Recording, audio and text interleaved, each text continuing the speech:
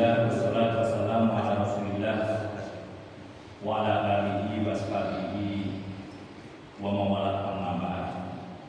Ayyuhal hadirun, usikum wa nafsi bittaqwallah faqad faza al-muttaqun.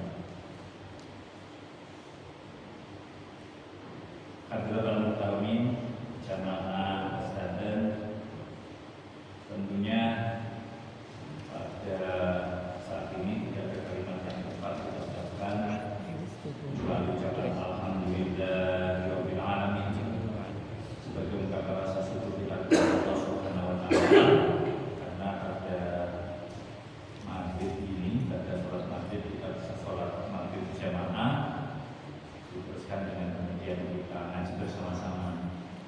Tentu ini adalah anugerah yang luar biasa.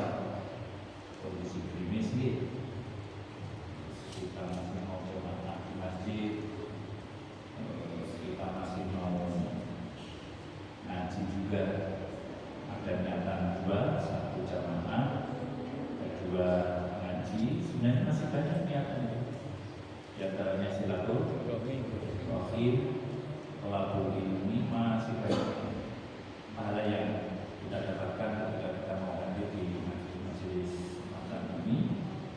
Lebih situasinya klinis ini, masyaallah. Al-hukmu tadullu ma'adullah, hukum itu berjalan sesuai dengan hilafnya.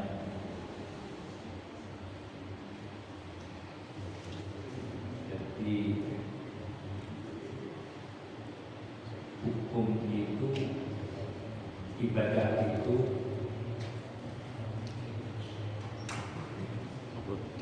sangat dipengaruhi dengan berat dan ringannya ibadah yang kita jalankan. Semakin berat situasi ibadah yang kita jalankan, maka semakin besar pahala yang kita dapatkan. Al-ajru bi qadri ta'ah. Pahala itu tergantung pada tingkat kesulitannya. Misalnya saya ngaji bodoh, ngaji seperti ini sudah biasa, kok terus sudah kita masih tetap istiqomah dan itu nilainya jauh lebih besar daripada situasi dan kondisi ketika tidak ada. Maka tidak ada kata lain kecuali alhamdulillahirabbil alamin. Semoga Allah senantiasa menambah kenikmatan kepada kita sehingga bisa lebih sempurna kita untuk bisa taat kepada Allah, untuk bisa menjalankan apapun yang diperintahkan dan penuh kerelaan, kesabaran meninggalkan apapun yang dilarang oleh Allah Subhanahu wa taala. Bapak Ibu jamaah sekalian, al-mabahasu as-saniyah asyar, pembahasan yang pada malam hari ini melanjutkan bahasan yang kemarin, bahwa yang bisa dipakai pedoman oleh umat Islam yaitu pertama Al-Quran, kedua As-Sunnah, ketiga Al-Ijma', kesepakatan ulama. Kemarin bentuknya juga macam-macam. Pokoknya ulama, contoh misalnya di Indonesia MUI mengeluarkan fatwa, maka fatwa MUI itu bisa kita jadikan pegangan. Muhammadiyah mengeluarkan fatwa itu juga bisa kita jadikan pegangan. Nahdlatul Ulama juga mengeluarkan fatwa itu juga bisa kita pakai pegangan. Jadi enak kalau wujud semacam ini, enak. Sehingga enak kan sing ngawur. Sing ngawur artinya yo pakai Quran, pakai Sunnah, pakai Ijma', dan yang pada malam hari ini kita bahas adalah qiyas. Semuanya ada dalil. Semuanya ada dalil. Kemarin ijma', sebab Rasulullah menyampaikan la tajma'u ummati 'ala dhalalah wa yadullahi 'ala jamaah. Jelas Rasulullah mengatakan tidak mungkin umat akan bersepakat untuk dhalalah, tersesat tidak mungkin. Karena sudah ternyata dua, Al-Quran dan As-Sunnah. Dan kekuasaan Allah, ridhonya Allah digantungkan pada jamaah. Dan sementara qiyas itu juga menjadi hujah, bisa dijadikan sandaran hukum bagi kita. Sebab Allah Subhanahu wa taala di dalam surat Hasr ayat 2 Allah menyampaikan fa'tabiru ya ulil albab. Fa'tabiru ngalah tempat kula dosa sira kabeh. Ambilah negara.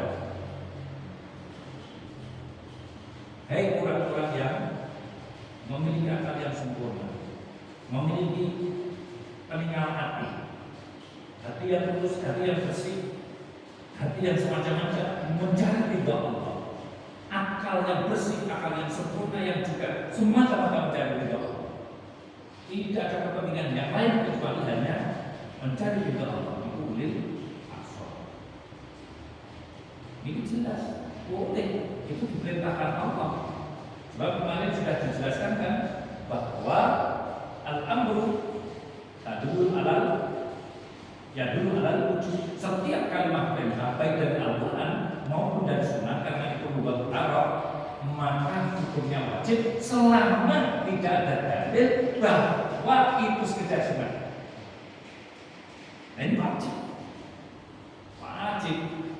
Orang-orang yang cerdas, orang-orang yang memiliki hati yang bersih, orang-orang yang memiliki peninggalan hati yang bersih, itu fakta itu, ambilah ibadah. Lah bagi kita orang-orang apa? Disediakan besok penjelasan tentang bagaimana ibadah besok.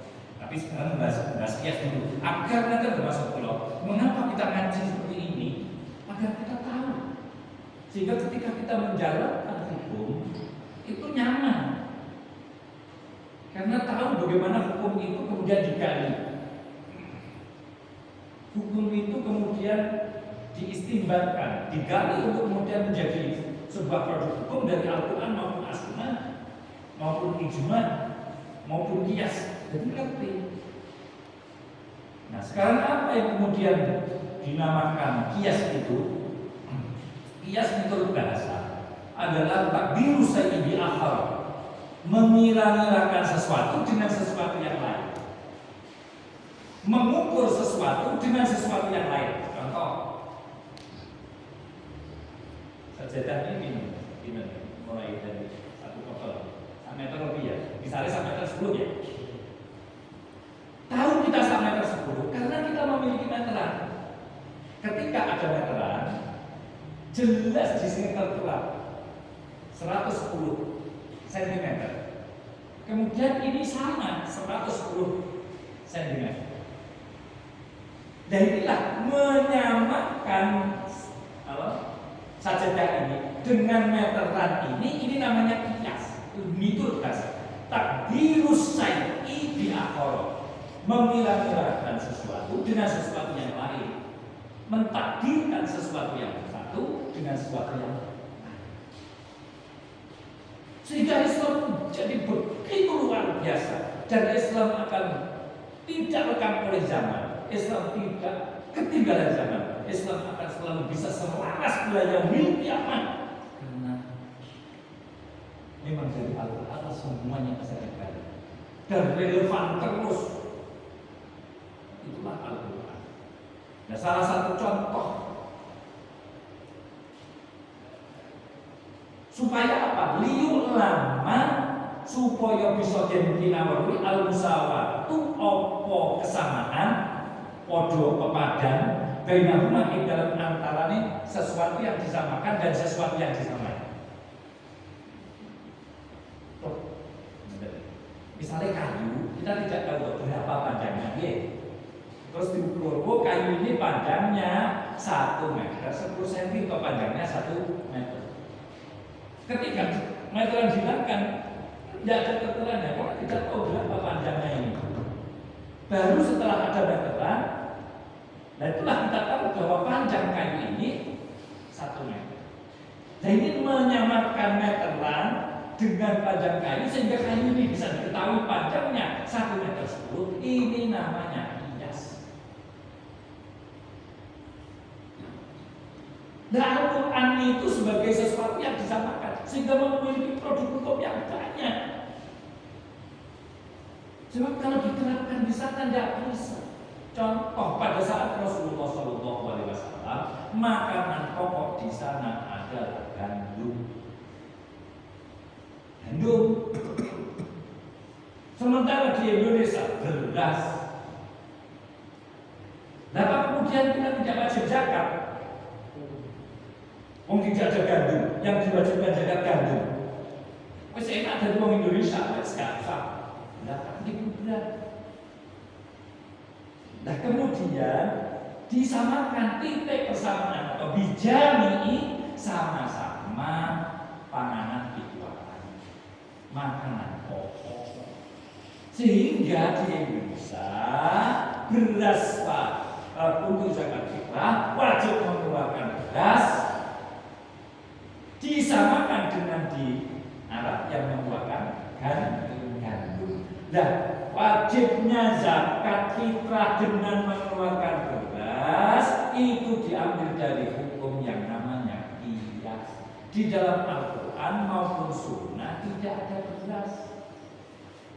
Tapi apa teruskan Indonesia gak wajib zakat? Wajib. Apa? Beras. Mengapa? Karena sama-sama makanan pokok sebagaimana di Arab pada saat Rasulullah adalah gandum. Nah, hukum semacam ini namanya qiyas. Nah, prosesnya ini, proses itu agar kita tahu. Jadi mengira-ngirakan sesuatu dengan sesuatu yang lain supaya bisa diketahui persamaannya di antara keduanya. Maka kita boleh mengucapkan kistu as-sawba bid-dirai ay qadartuhu bihi. Kistu ngukur sapa ingsun as-sawba ing dodot bid-dirai kelawan dira salon misale sret bener kan nggih. Sehingga tahu bahwa ukuran kain itu sak di kilo. Gitu, betul. Berarti mengukur antara kain dengan diro, sehingga kita bisa mengetahui kain itu panjangnya sediko, sehingga kita tahu bahwa beras itu bisa wajib untuk dikeluarkan sebagai sesuatu yang wajib dikeluarkan ketika zakat fitrah. Dan boleh hadis itu bersama karena di Arab Saudi di hadis itu tidak ditemukan apa itu namanya itu Inggris itu dia yang ada kan. Nah, konten ini satu C. Kistu ngukur sapa ingsun asauba ing dodot bibiroi kelawan gawene redaksine kistu. Niasaken sapa ingsun asauba ing dodot bibiroi kelawan dodot. Bibiroi kelawan sabiro. Ai qadar tu tegese ngira-ngiraken sapa ingsun hu ing sawo bi kelawan biro. Artinya saya mengukur baju ini adalah satu di itu menurut bahasa. Dan sekarang istilah. Sebenarnya yang dinamakan qiyas sebagai sebuah hukum itu apa? Sebagai sebuah hujjah itu apa? Raddul far'i, yang namanya qiyas adalah raddul far'i, mengembalikan hukum asal, hukum cabang ilal asli marang hukum asal bi'illatin kelawan alasan tajma'u kang ngumpulaken apa ilat huma ing antarane al-fardu wal aslu fil hukmi ing dalam hukum. Mengembalikan hukum yang belum diketahui hukumnya itu loh. Berapa sentinya tadi loh? Kepada hukum asal bil illati dengan alasan, dengan ilat yang mengumpulkan kepada keduanya di dalam satu hukum. Beras itu belum ada hukumnya asalnya. Dihukumi wajib karena dibiasakan dengan gandum. Nah, hukum yang belum ada ini loh, yang namanya beras dihukumi wajib sebagai sesuatu yang bisa digunakan untuk mengeluarkan zakat fitrah itu karena disamakan dengan gandum. Letak titik ilatnya apa? Alasannya apa? Karena sama-sama makanan pokok. Jadi ya Pak, maka hukum kias menjadi hujah. Jika tidak ada hujah, maka di Indonesia tidak ada zakat fitrah. Boleh gandum, terus boleh nanti, terus yang makan sopo. Mau makan anak awal diri beras. Dan inilah oke, alurnya berkata sedikit paham. Sementing ngerti dulu lah. Supados menapa kita tidak kosong ketika orang berbicara hukum. Kok saya? Padahal normal kayaknya. Nah, alur ceritanya kias itu seperti itu.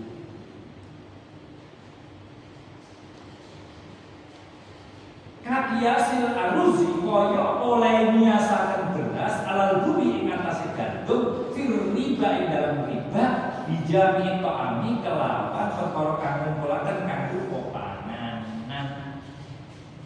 Sehingga tidak bisa beras dijual dengan gandum. Jual beli juga kan tukar menukar. Dengan tukar menukar itu tidak boleh dengan sesuatu yang sama jenisnya, harus berbeda karena di situ ada riba. Misalnya saya punya uang 1.000, saya jual 1.000, tidak bisa. Jual uang dengan uang tidak bisa. Harus dengan nol. Beras dengan beras tidak bisa karena jenis-jenisnya beda. Harus dengan sesuatu yang lain. Misalnya panjenengan gada lambi, kalau gada beras. Wes kambune sampean aji keto piro? Aji keto 10.000. Wes 10.000 beras hargane sakmene. Nah, kula maringaken panjenengan beras, kula asal pakan saking panjenengan. Ini itu jual beli seperti ini. Ketika belum ada alat tukar, yang punya alat tukar, yang punya dirham, dinar, ya pakai dirham, dinar. Dan dirham, dinar itu karena dinarnya mata uang yang terbuat dari emas, dirhamnya mata uang yang terbuat dari perak, itu memang ada nilainya. Ya cara saya, kertas, isinya lain kabeh, terus kalau ngomong saya ini wis adoro begitu madu, kita tidak bisa di Indonesia ini tanpa harus menggunakan uang pembetul sakit pun harus gaya alasan hijau. Betul sakit tidak lepas dari kita. Maka ya diadoro begitu madu. Pengen sakit yang gawe emas dengan itu kita ngomong gawe emas oke lah senilai barang itu. Ya sampe malah boten wonten nggih. Malah nek pilih-pilih mongkone tok ngirim iko miki mongkone tok ngirim iki nggih. Kalau pilih malah wis dan ini tidak. Kalau kita tidak memiliki fikih, tentu kita tidak akan bisa jalan keluar itu. Jalan keluar itu. Kalau harus betul sakit. Betul sakit. Jalan keluar jual belinya di Indonesia mau di mana? Misalnya malah lewat antik aja. Transaksi piro 10 juta, rek diri ngongkot tok srek dengan tulisan tok. Wis ada gradinya ora. Tanpa dinamakan kan kok. Saya jual pulsa lebih ke kakak-kakak. Nah, kalau kita tidak ada fikir, tidak ada kaidah fikir, bagaimana untuk solusi seperti itu? Pulsa ini kan syaratnya baik itu kan mabek dan mabeknya harus kelihatan, tidak kecuali salah. Akan kesengit. Dan cobi minggu. Pulsa itu rupanya nopo cobi, ya bayar deh. Oh ya, kalau bayar deh. Ada yang pakai ini. Terus barangnya rupanya apa? Tapi barangnya apa rupanya? Padahal saat jual beli ada barangnya tampak. Apa? Botak. Apa kartunya lah? Betul wah itu cobi terus. Nah kalau semacam ini kemudian kita tidak mau memakai tidak ada jalan keluarnya. Makanya hukum Al-Quran, As-Sunnah, Ijma, Qiyas menggunakan ijma pun juga ada landasan hukumnya. menggunakan kias pun juga ada landasan hukum. Nanti ketika panjenengan masuk, kita semua masuk di usul fikih, ini kan masuk ke kaidah fikih, baru semua ini akan jembat. Contoh seperti dulu yang saya sampaikan. Ada ayat yang menjelaskan masalah Inna sopa wal marwah kami sa'ilah al-ayat. Lagi kira-kira betul nyambung, betul nyambung. Tapi itu lakukan sehingga hukum ada. Saya ini enak pernikahan dengan orang yang dianggap tahu, kalau bahasanya sebutin diundang mantenan. Wes nang mantenan kono niku sing mendem. Wes nggih apa? Lek dia wes pokoke gak kawan. Moran ngono boleh nasihat kok. Iya ya. Bagaimana hadir, tidak hadir? Hadir atau tidak hadir? Lek hadir alasannya apa? Lek tidak hadir alasannya apa? Nah kayak ini coba hukumnya gitu. Maka justru wajib hadir, Pak.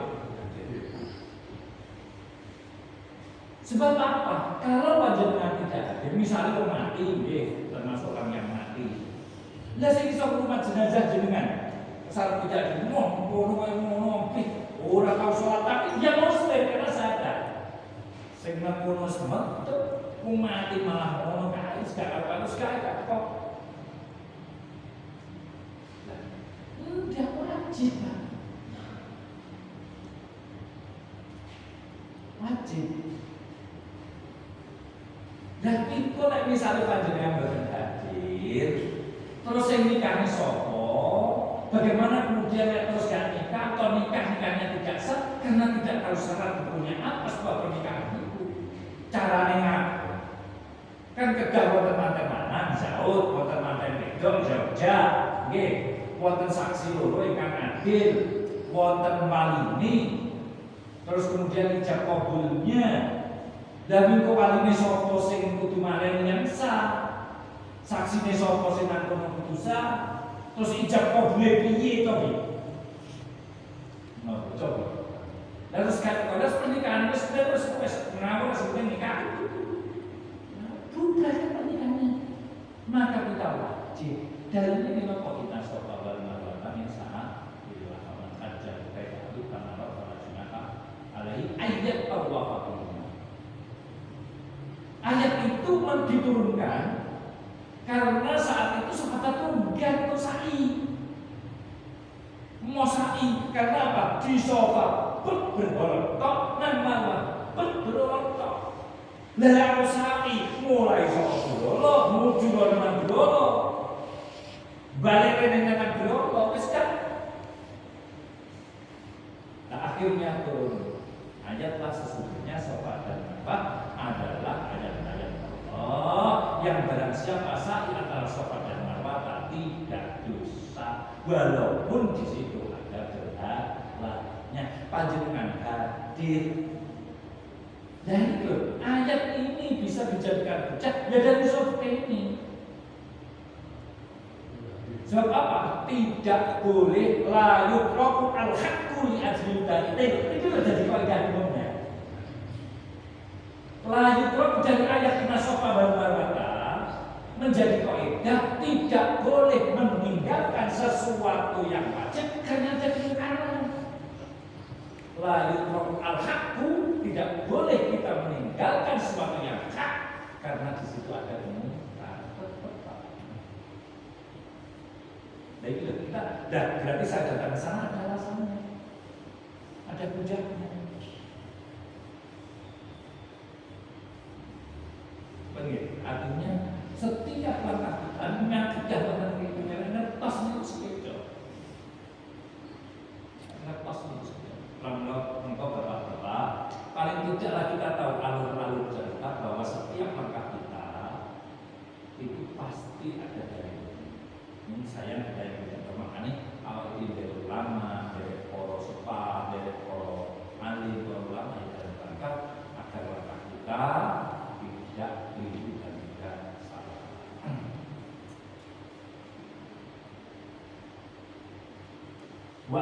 Arkanuhu arba'atun.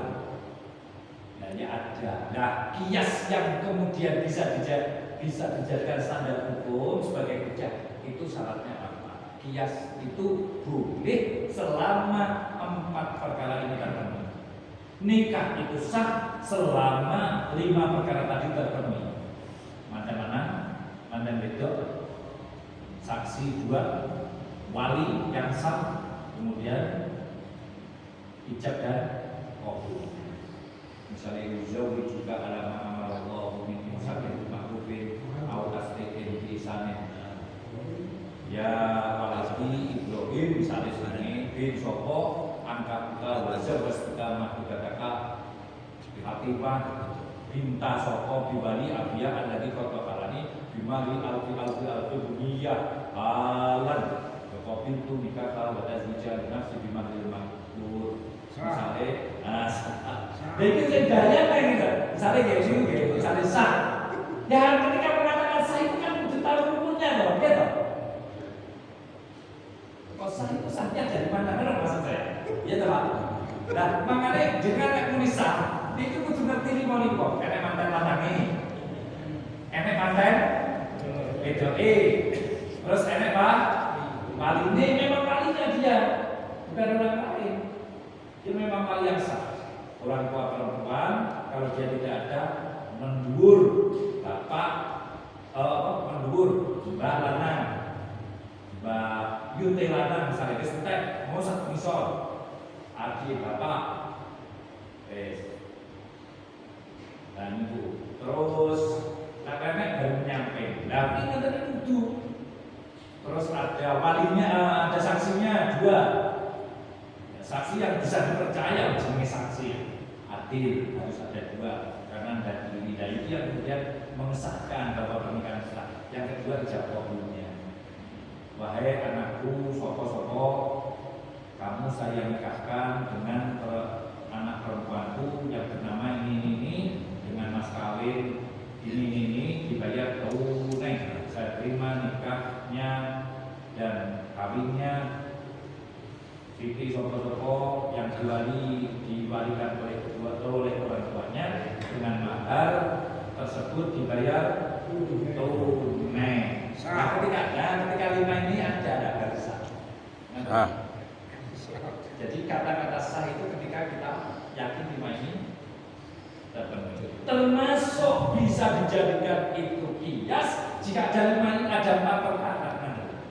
Sholat wudu sah kan sudah harus ada rukunnya. Lah rukun daripada kias yang pertama al-aslu, asal, yaitu Al-Quran maupun as-sunnah. Kedua al-fardu, kemudian yang akan disamakan itu berase contohnya ini namanya al-fardu. Wa hukmul asli, ada hukumnya asal. Misalnya di dalam kias elat di dalam Al-Quran itu ada wala takul lahuma bi uffin wala takul lan ojo ngucap sapa sira. Ini berarti nahi. Tidak apa maknanya apa? Nahi. An-nahyu yadullu alal tahrim. Setiap ada kalimat cegah hukumnya haram selama tidak ada dalil bahwa itu hukumnya sekedar makruh. Jadi dalam Al-Quran kok enak nahi, larangan itu mesti haram. Contohnya wala takul lan ojo ngucap sapa sira lan marang wong loro ufin ing ucapan gus. Dan ini namanya asal, asal. Wal fardu enak kasus wong kok ditonyo.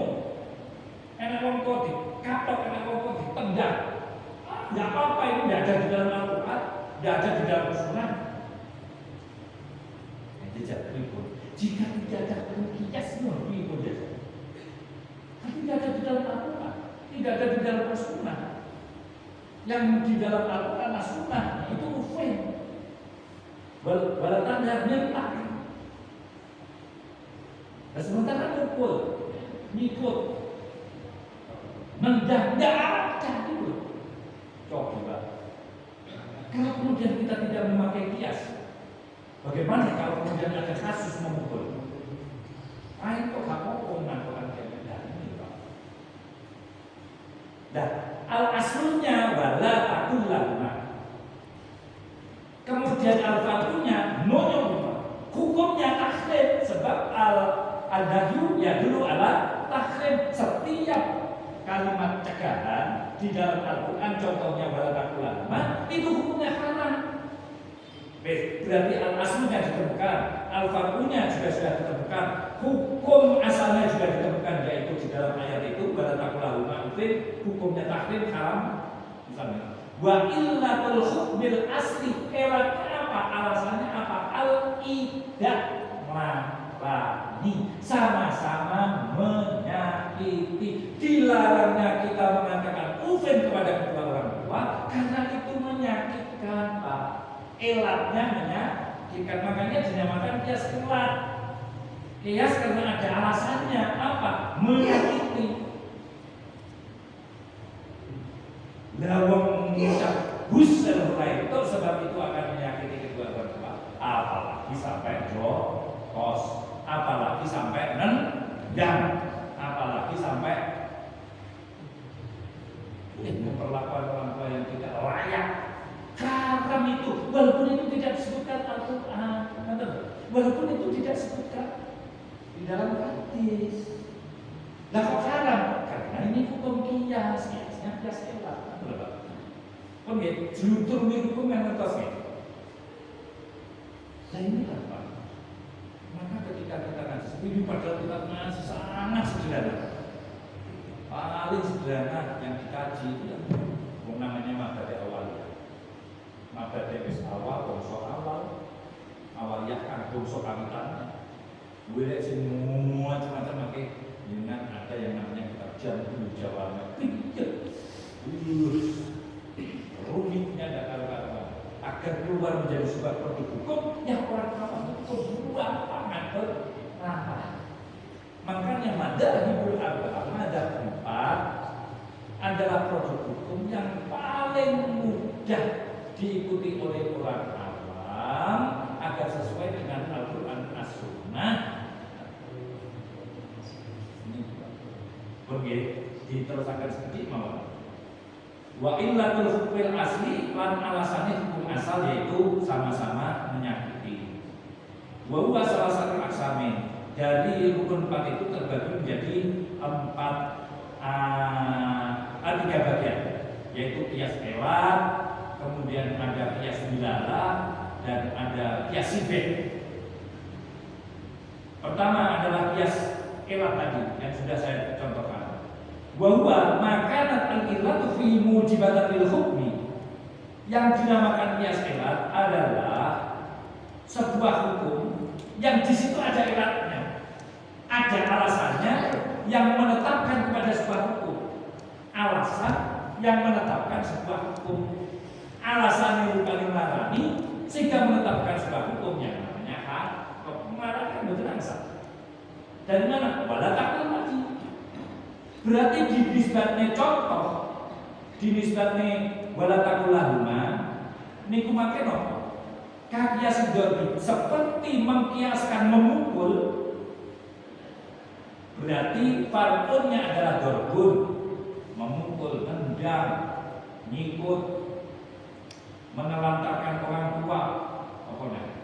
Wis pokoke barang sing raminane wong tua, kabeh wis kompak. Kata itu Pak, marah itu Pak.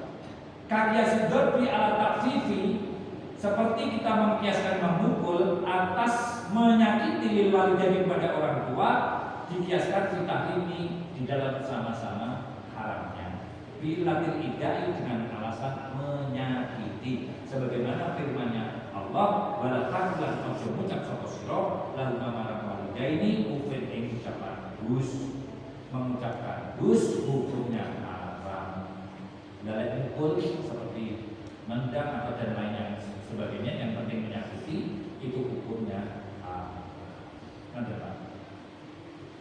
Dan itu namanya elak dan ada alasan. Waqiyasun dilalati wa qalam dan besok. Mohon maaf tadi saya nyampe di rumah. Akhir. satu episode. Nah, bukan sangat. Selama saya tidak ada itu saya usahakan dari Pak. Teman-teman, saya tiap pagi masih insya Allah istiqomah sampai sekarang. Tidak sembuh. Pokoknya tekad saya tidak boleh berbuat dari zaman sampai orang tua saya. Saya mulai kecil itu dari nanti mengalami yang 40 berjamaah ya. Sehingga beliau ketika bepergian ini mesti ngecek kantong loh. Kalau manapun kalau bepergian kok jauh itu mesti ngecek kantong. Suatu saat ada kejadian acara di Indramayu habis ngejak santri Indramayu. Nah jam 5 asar mentah akhirnya kanin itu aku sholat diri karena waktu bukan gaya gak bani, bukan dulu gak bani. Akhirnya sholat duluan karena waktunya jam 5 umum gak gaya. Wudhu, si santri tadi ditanya, ayah sholat maksudnya nyari walaupun sholat sementek-mentek. Wah, aku menjawabmu orang aja ngancanya aku lumur. Ada lumur banyak dia lah, bebas dia lah bisa dari dia kontrol. Dia tak mungkin. Bapak-bapak itu enak diri lu ngomongnya sebentar untuk kronologi sing diwi. Aku menjawab menurut apa nyata ini supaya jangan orang. Maka bapak ibu sekalian, mari kita usahakan sholat 5 waktu kita, terutama subuh. Jangan rasa rasakan. Jika jangan sholat subuh jamaah, tidak usah 1 bulan 2 bulan mau. Nanti ada program lagi. Sebab terihya ini orang hadis man sholat sholawatan khamsi ma'al jamaah falau khamsat asyar. Al-awwal lam yusib di dunya fakrun abadan. Barang siapa yang sholat 5 waktu dengan jamaah, maka dia akan mendapat 5 keuntungan. Pertama, lam yusib di dunya fakrun abadan. Dia tidak akan pernah mengalami kefakiran di dunia seumur hidup. Artinya cara cerdas kita tidak kita juga mengalami hidup besar pasak daripada tiang. Itu jangan, terutama salat subuh pun. Soal kayak salat subuh kawan kan hidupnya ditanggung oleh Allah. Ditanggung kalau sing rezeki, enak. Rezeki itu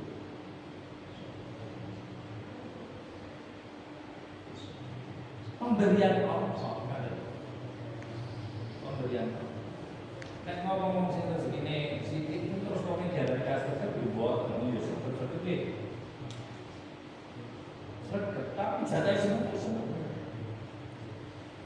Sing jatah wakil dua. Tapi sekali lagi saya ingatkan ternyata banyak keterangan orang kaya kemudian merasa tidak punya uang, itu rasa miskinnya lebih menderita dia daripada orang yang miskin sesungguhnya. Tenang, semua. Kalau misalnya ada beras kayak so, sisanya ini setengah kilo, kan susah. Ini sopir beras setengah kilo, kalau saya itu semangat, kopi kayak semangat susah. Tapi betul saya khawatir orang yang kita kayak semangat, kalau mau menjabatin, hati tidak ada ini. Oh, dijaga kafir.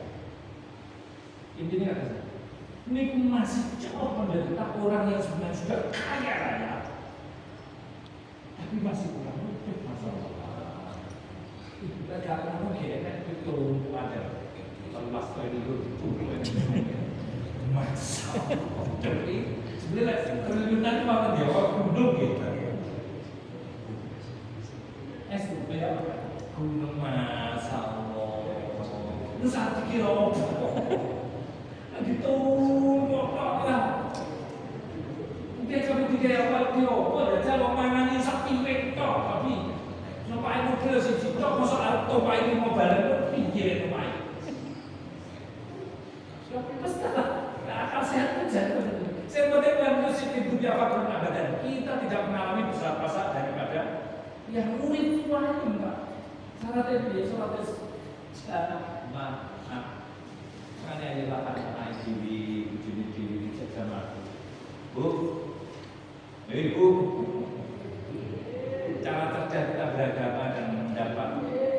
rezeki dari Allah Subhanahu wa taala. Ayo bojone dijangan omah jamaah. Nggih, lek iso bareng-bareng masjid, gunjengan bareng. Masyaallah, semua enak. Wong urip manyuk kok ya. Ya saiki jajal koyo awake dhewe. Aku masak ini harus ngomong, aku kan harus tuwek sebenarnya. Dia jangan rasakan beda-beda. Dia coba Pak. Orang saat ini Jumat terus esok Jumat naik. Ya Allah, terasa kita belum berbuat apa-apa saat Jumatan naik. Ya Allah, saat Jumatan toko sing salah Gusti. Kayak akeh ewek timbang apiye. Dia nomor ke. Proses Jumat, proses Minggu naik. Roh di Lukas, wis arep komando. Piye to? Cok ngopet sangat. Lah berapa mereka monggo lah hidup ini kita karyakan beribadah untuk mendekatkan diri kepada Allah dalam bentuk kegiatan kita, dunia kita dan rubah menjadi kehidupan akhirat. Dunia kabeh iki dunia nek awake dhewe bagaimana menjadi akhirat awake dhewe. Misalnya guru diniati orang yang bergawe, orang yang gaji, tolak ulil, dan saya tidak jalan, dunia yang wajib dan jalan. Ngapun, kok kepengen ngatur ini pak? Itu yang ngobrol, orang ini mimpin apa? Apa? Ayo, kabel sih, ngomong ngatur ini pak. Nenek awal dia terus mengikuti gaji tok, itu isi tok padahal yang kita lakukan di sana. Tidak mengurangi apa yang kita hasilkan, tapi kita akan dapat ganda ketika yang kita lakukan di niat ibadah, pengabdian untuk masyarakat. Menjadi ditakdirkan oleh Allah di tempat-tempat di mana di situ ada banyak nilai pengabdian kepada masyarakat. Gitu, wong kabeh itu melayani itu. Ketika diniati bahwa saya ingin mensejahterakan masyarakat, saya ingin memudahkan masyarakat, saya ingin berbuat sebaik-baiknya untuk masyarakat. Yang kita dapat sama, tapi kita mendapat satu tambah yaitu keberkahan di hidup. Rezeki kita menjadi berkah, dipangan enak, gak ngerti. Jadi rezeki yang kita dapatkan menyelamatkan, rezeki yang kita dapatkan menenteramkan, rezeki yang kita dapatkan menenteramkan, membahagiakan, bukan rezeki yang kemudian menyiksa diri, rezeki yang membuat kita galau. Pernah kalau dihasilkan dari sesuatu yang tidak dengan pesta lalu memang. Dan contoh ya, bagaimana dunia kita menjadi akhirat kita. Caranya apa? Niatnya untuk. Sehingga Bapak, kalau semua punya niatan seperti ini, kita berangkat ke kantor, ini nyaman, ini ibadah. Gak serius tak gampang, nyaman semua. Kita lakukan yang terbaik, nyaman karena ini ibadah. Semakin kita maksimal melakukan sesuatu, maka semakin pahala. Jadi semuanya rakyat nilai-nilai itu yang sudah saya sampaikan. Yang datang ke ruang-ruangan yang kita diskusi tentang bagaimana kita mengabdikan diri pada masyarakat ini menjadikan sesuatu yang jauh lebih baik. Kemudian mungkin jelas pandangan kita bisa bersama, bisa menjalankan tugas dengan sebaik-baiknya. Kaisul semua tinggi dari Allah Subhanahu wa taala. Amin. Waalaikumsalam warahmatullahi wabarakatuh.